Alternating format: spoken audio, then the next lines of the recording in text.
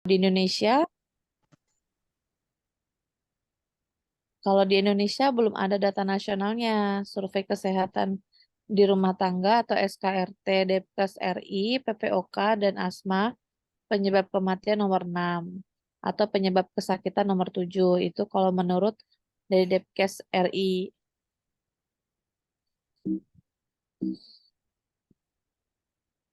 Nah, penyakit paru ini atau PPKA ini di Indonesia terdapat kecenderungan peningkatan. Biasanya dari usia harapan hidupnya atau prevalensi merokoknya banyak, kecil, sedikit. Misalkan kalau misalkan masa remajanya dia ngerokoknya apa banyak ya, misalkan 2 bungkus sehari namanya anak remaja, tapi sudah tua dia tidak merokok. Nah, paru itu tidak disebabkan karena yang sudah tua aja, tapi memang pola hidup dari mudanya akhirnya merasakan sakitnya di usia yang lansia atau usia lanjut. Nah, perbaikan sosial ekonomi, infeksi menurun atau industrialisasinya atau polusi. Jadi PPOK ini nggak cuma karena rokok aja, tapi dalam ekonomi, kerja di pabrik, industri ya, industri yang pengap, yang penuh dengan asap, tidak adanya siklus udara berputar gitu ya.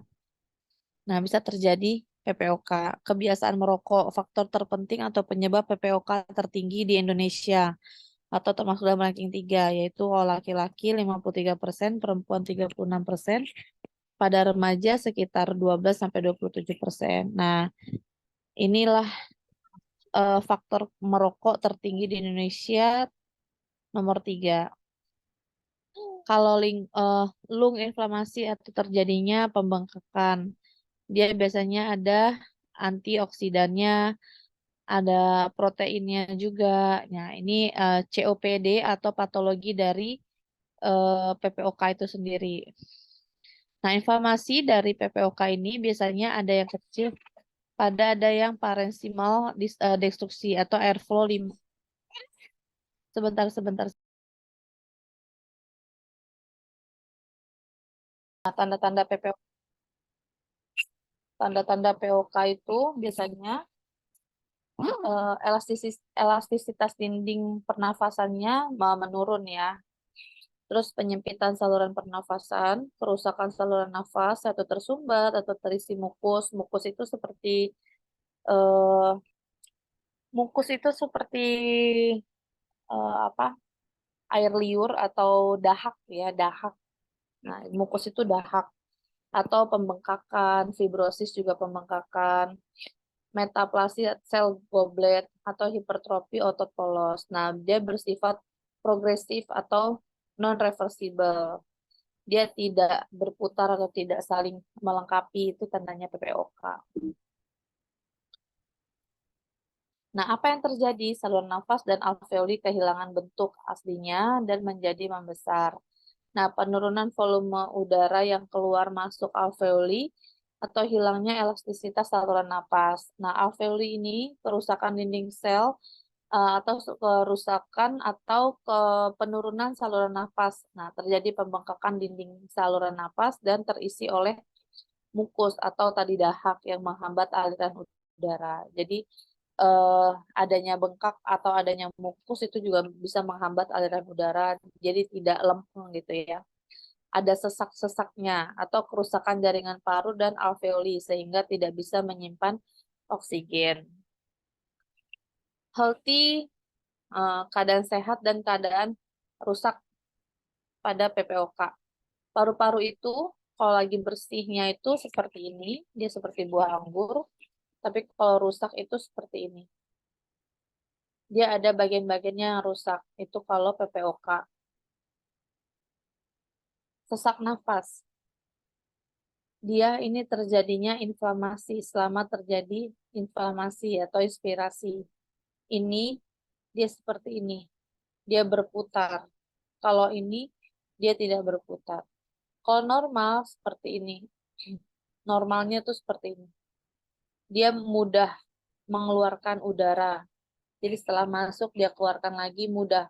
Jadi seperti kita bernafas, kita tarik nafas enak, membuangnya dengan lega. Itu kalau yang normal. Kalau yang terjadi apa PPOK, inspirasi-ekspirasinya dia masuknya mudah, keluarnya penuh dengan tekanan sehingga bentuk paru-parunya akan bengkak seperti ini karena dia butuh tenaga untuk mengeluarkan nafasnya gitu ya, merasa ada kesulitan dalam pernafasan.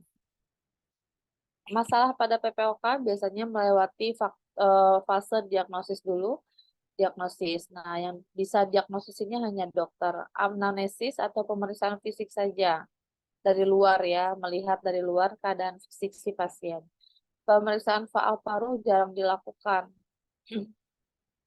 Kasus TB ada sindrom obstruksi pasca TB, SOPT, banyak atau under atau over diagnosis. Nah, kasus TB ini tuberkulosis juga masuk dalam PPOK ya.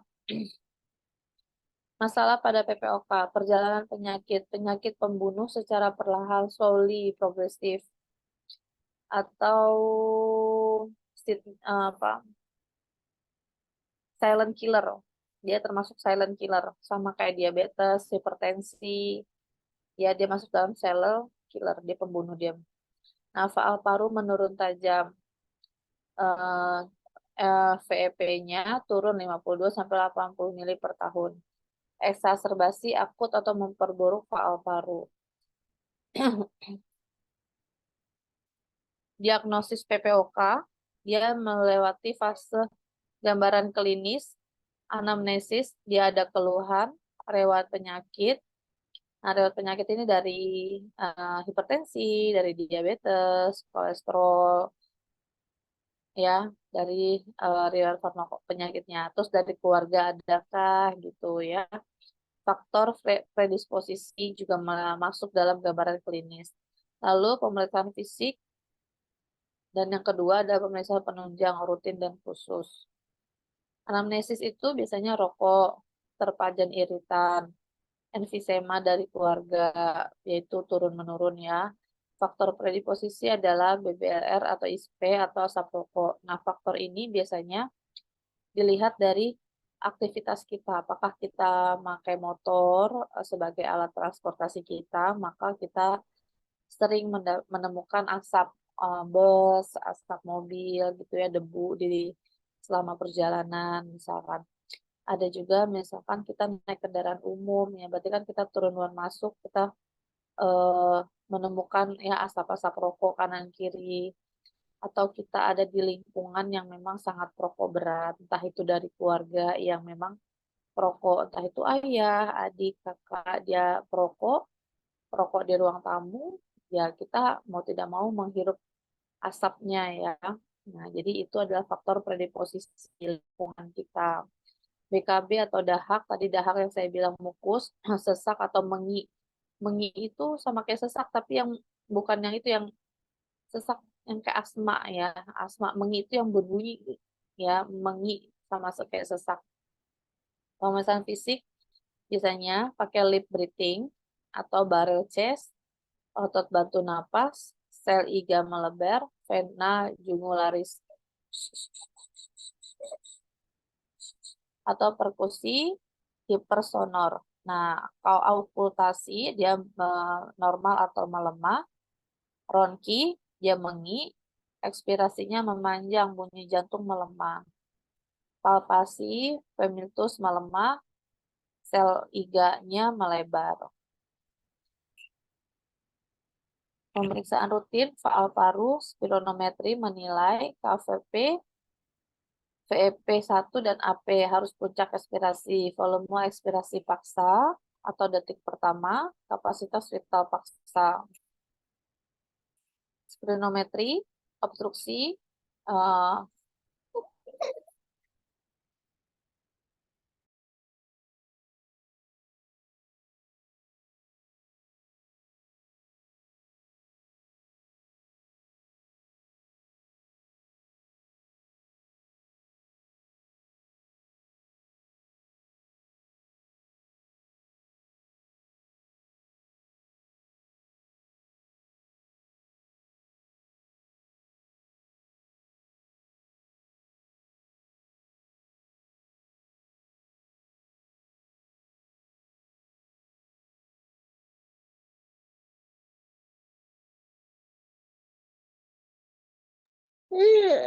Splenometri, dia memiliki contohnya nilainya ada obstruksi, PEP1, PEP2, P1/1 yaitu detik pertama per detik pertama ya. Nah, uji bronkodilator, splenometri, AP meter, bronkodilator, hisapan-hisapan. Darah rutin, HB, HT, dan leukosit. Radiologi biasanya lewat emfisema, dia pakai apa? Ronsen ya, hiperinflasi atau normal, hiperlusen, corakan bronkonya itu hitam biasanya. Ruangan retroternal melebar, biasanya diafragma melebar, mendatar.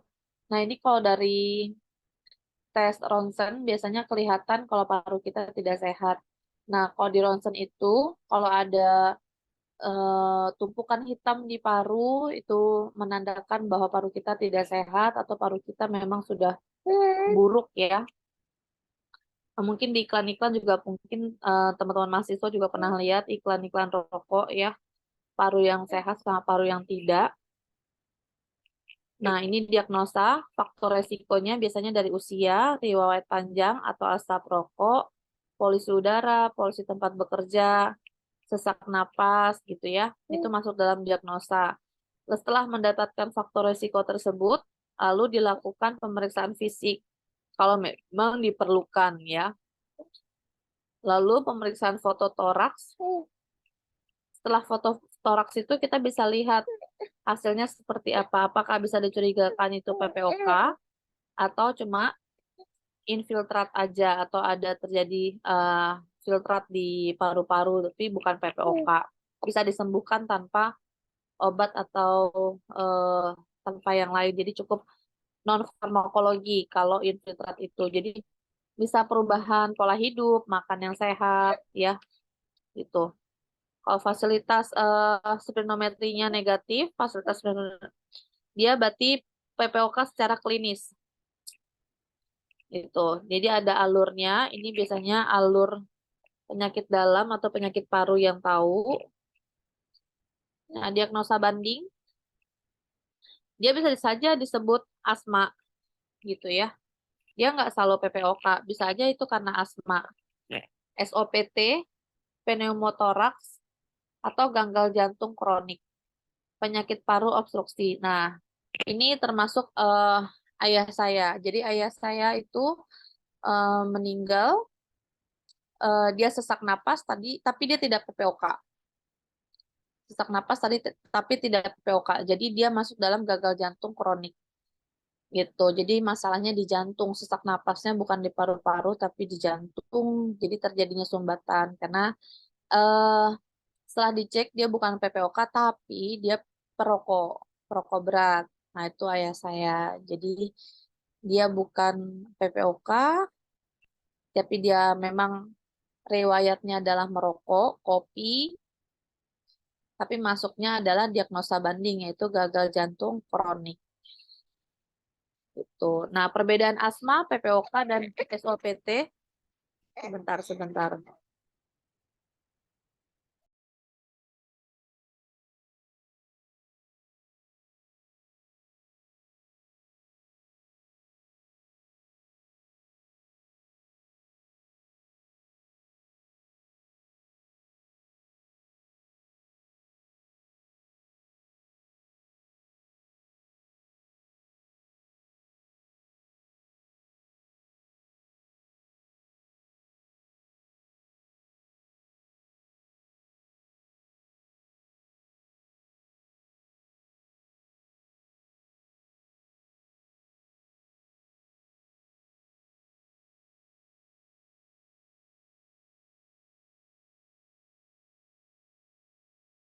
Ya,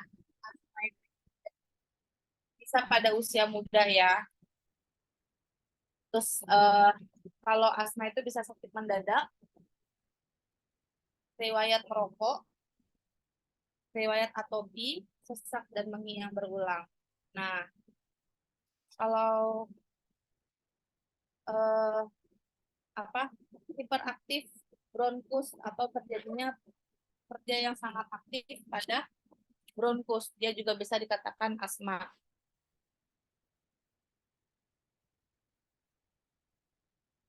Nah, asma ini biasanya masuk dalam kategori yang sangat parah kalau dia itu asmanya mulai jam 5 subuh sampai jam 9 pagi.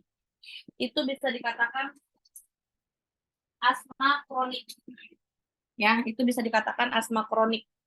Karena asma yang sesungguhnya itu terjadi malam di saat paru-paru kita istirahat atau di saat badan kita istirahat. Itu masuk dalam asma yang normal. Ada juga asma yang dia munculnya hanya jam 5 subuh sampai jam 9 pagi. Itu asmanya sudah masuk dalam kronik. Dan asmanya itu apa ya? Kemarin itu ya, asmanya itu mulai jam 5 subuh sampai jam 9 pagi dan tidak kenal udara dingin dan udara panas. Jadi cuaca apapun selama selama dia paginya malamnya kelelahan atau sehari kelelahan, dia muncul asmanya jam 5 subuh sampai jam 9 pagi. Itu dimasuk dalam asma yang cukup kronik gitu ya. Kalau PPOK dia hanya riwayat merokok saja, bisa dikatakan PPOK eh, dengan cek lab yang berkelanjutan ya. Jadi kalau riwayat merokok bisa saja dia masuk dalam PPOK tapi masih bisa disembuhkan gitu. Tidak langsung dengan eh, pakai apa tadi di sini? Pakai pemeriksaan fototoraks gitu ya, atau dicurigai aja baru dicurigai dia PPOK, tapi ternyata masih bisa disembuhkan tanpa obat. Klasifikasi PPOK berdasarkan GOLD 2014. Kalau derajat 1 itu ringan, dia pada tarikan ketukan pertama kurang dari 70% atau lebih dari ketukan pertama 80% dengan prediksi. Atau derajat 2 sedang, derajat 3 berat, derajat 4 sangat berat. Klasifikasi dalam pasien PPOK, ini tadi gambaran dari yang di sini. Nah, ini gambarannya, mana yang masuk dalam simptom, mana yang masuk dalam risk, mana yang masuk dalam risk, ini klasifikasi risk, ini hanya exacerbation history aja, atau masuk dalam simptom, atau MMRC skornya aja gitu ya. Kalau diagnosa PPOK itu simptom, ada yang napasnya pendek, batuknya berat, mendapatkan sputum. Sputum itu sama kayak mukus ya, yang seperti itu. Atau kalau yang risk faktor atau hanya faktor resiko aja, dia ada rokok, ada yang emang polusi dari indoor atau outdoor. Nah, PPOK eksaserbasi atau gejalanya biasanya batuknya bertambah, produksi sputumnya bertambah, yaitu mukusnya bertambah, mengeluarkan sputum. Sputum berubah warna. Nah, sputum yang warna apa sih yang bisa dikatakan PPOK dan berbahaya? Itu sputum yang berwarna hijau, kuning, bau, ya, sesak napas bertambah, jadi intensitasnya bertambah ya, keterbatasan aktivitas bertambah. Jadi keterbatasan aktivitas itu jadi kita dengan sesak itu kita tidak melakukan aktivitas. Jadi aktivitas kita terbatas, sangat terbatas, itu bisa dikatakan PPOK. Dijumpai gagal nafas akut pada gagal nafas kronik. Penurunan kesadaran, ini yang sudah mulai parah. Gitu ya. Nah, problem infeksi saluran pernafasan yaitu infeksi atau stagnasi mukus. Terjadinya mukus yang banyak. Chronic bronkitis atau mukus clearance. Dia mukus hipersekresi atau dari clearance atau mucociliary defeknya. Nah, dia membuat impairment of mucus transport. Jadi tempatnya mukus nih ya. Terus di sini terjadinya mukus yang sangat banyak. Nah, bronkitis kronik atau patogenesisnya. Hipotesisnya lingkaran setan dari PPOK. Faktor-faktor pencetus, misalnya infeksi, virus, merokok, ya itu aja sebenarnya. Yaitu kerusakan bersihan mukosiler atau kerusakan pada epitel pernapasan. Kolonisasi bakteri, misalnya peningkatan pelekatan bakteri atau perkembangan ke arah PPOK. Nah, kalau di sini terjadi peningkatan stres oksidatif atau konsumsi antioksidan atau respon inflamasi, terjadinya pembengkakan di sini ya, diproduksi patogenis bronkitis ini. Nah, bronkistis kronik atau PPOK biasanya faktornya yaitu smoke rokok, polusi ya, atau infeksi di luar sana gitu ya. Mukus ya, hiperproduksi atau mukus yang diproduksinya sangat banyak. Nah, ini menjadi ladang tempatnya terjadi PPOK ya, karena darinya mukus ini dapat yang namanya bakteri di dalam mukus ini. Nah, lalu bakteri ini lah yang menyebabkan terjadinya uh, udem, pembengkakan di paru-paru. Nah, inflamasi nih, adanya inflamasi pembengkakan. Lalu dia minum obat antioksidan gitu ya.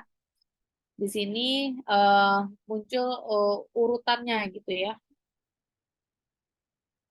Nah, nih anak di Nepal. Dia merokok di sana dibiarkan saja ya, kalau kita jangan.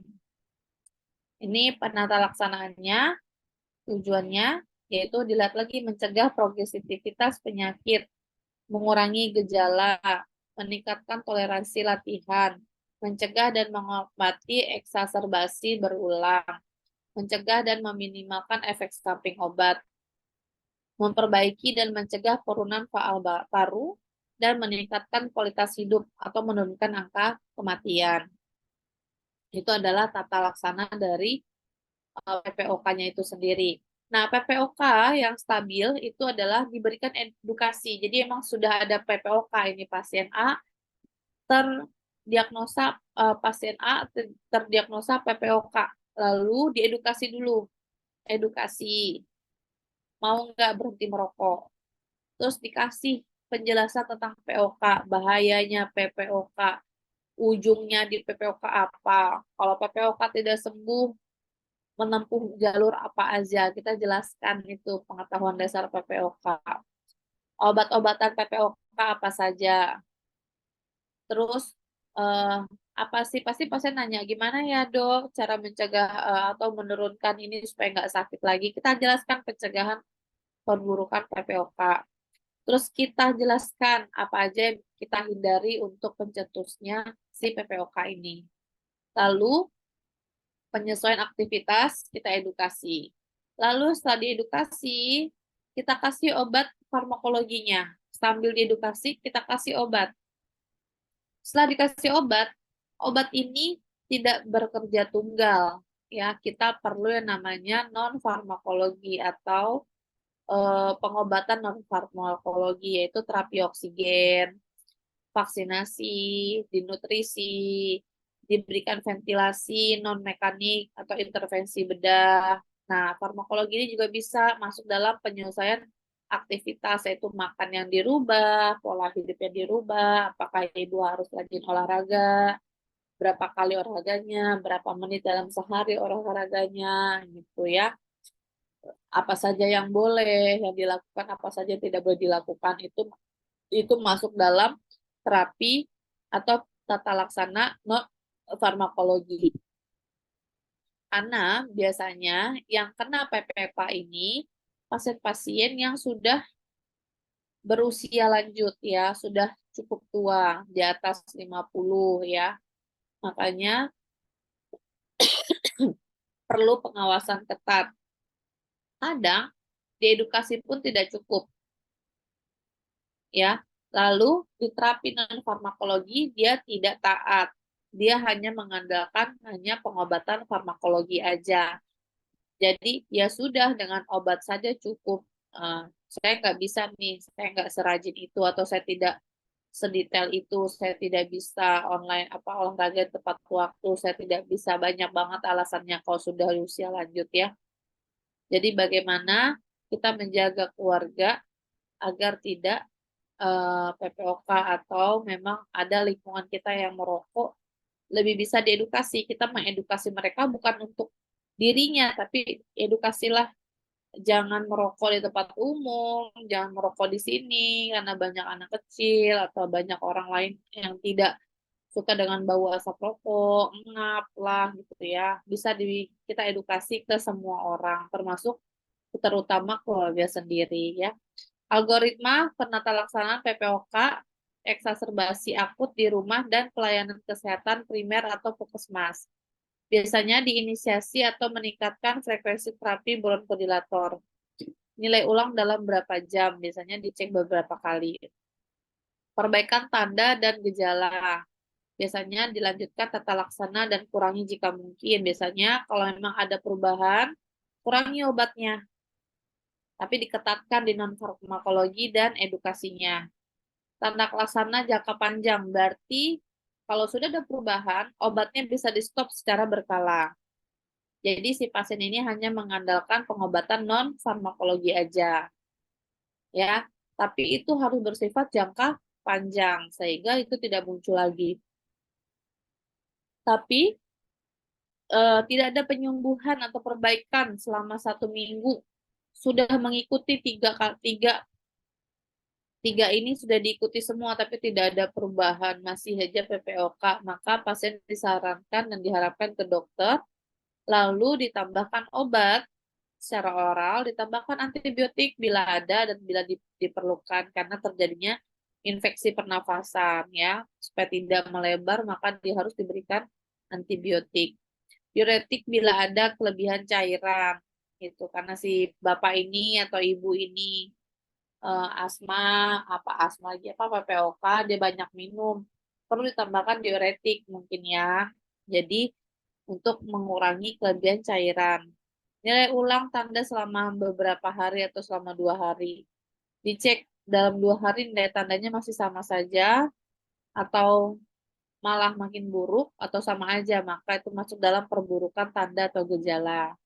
Nah, pasien diharapkan dirujuk ke rumah sakit agar dapat penanganan lebih tepat. Nah, edukasi itu berhenti merokok, mengenali sifat penyakit, menghindari iritasi dan adaptasi terhadap limitasi. Limitasi itu keterbatasan kita ya, keterbatasan si pasien ini gitu. Bronchodilator ada obatnya antikolinergik, agonis beta 2 dan santin. Antikolinergik biasanya ipratorium bromid, tiotropium, tiotropium bromid atau spiriva, atau ada agonis beta 2. Ada yang bersifat short acting, ada yang bersifat long acting. Biasanya kalau di rumah sakit dikasihnya terbutalin ya. Tapi kalau yang biasa-biasa aja, sesak napas yang biasa seperti asma gitu, bisa cukup dikasih salbutamol ya. Kalau long acting biasanya dikasih formoterol atau salmoterol. Nah, santin ini juga untuk PPOK. Nah, santin ini biasanya suka digabung dengan short short acting dari agonis beta 2 yaitu salbutamol. Nah, ini cukup familiar. Saya juga saya juga masuk dalam asma. Saya alergi debu. Jadi saya konsumsi yang salbutamol dan theophylline yang santin ini. Saya konsumsi yang kombinasi itu lebih cocok di saya dibanding obat asma lainnya. Percobaan terapi kortikosteroid biasanya dicoba 2 minggu sekali. Nah, karena terjadi kortikosteroid ini, berarti diberikan prednisone atau prednisolon 30-50 mg per hari. Bila ada perbaikan diteruskan dengan inhalasi, bila tidak harus ke rumah sakit. Terapi inhalasi itu uap, onsetnya cepat, dosisnya kecil, efek sampingnya minimal, jenis terapinya inhalasi, MDI spacer, dan nebulizer. Nah, kalau ini, terapi inhalasi ini Pakainya Ventolin biasa. Ya, untuk inhalasi biasanya untuk itu Ventolin juga sering dipakai. Obat-obat lain misalnya ekspektoran, mukolitik, antioksidan, antibiotik, imunisasi, digitalis, diuretik, dan kortikosteroid. Antibiotik biasanya tanda infeksi, eksaserbasi akut, makrolid baru, atau amoxicillin atau ditambah asam fluvanalat, cefalosporin, dan quinolon. Imunisasi yaitu disertasi vaksin flu, nutrisi sedikit tapi sering, tinggi lemak, rendah karbohidrat. Lebih banyak suruh makan ikan ya. Rendah karbohidrat ya kurangi nasinya, ganti kentang gitu ya. Terapi oksigen eksaserbasi akut atau HOT, home oksigen terapi intermittent atau terus menerus. Lalu direhabilitasi. Pekerjaannya psikososial, fisioterapi, dan latihan pernapasan. Ini tadi sudah kita jelaskan. Nah, ini penjelasan. Tadi kita udah jelaskan ya secara teorinya. Terapeutiknya, nih obat-obatnya, ada yang short acting, ada yang anticholinergic, ada yang short acting. Nah, ada biasanya kombinasi long acting beta agonis dan corticosteroid in one inhaler. Ada dalam satu inhaler. Biasanya suka dalam kombinasi. Cara mengatur atau memanage stable COPD. Biasanya ini adalah alternatif pemilihan alternatifnya. Ini kalau recommended pilihan obat pertamanya ya.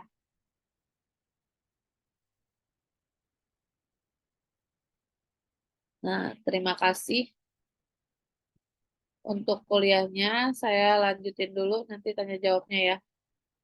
Kita lanjut ke asma dulu. Oke, kita lanjut ke asma.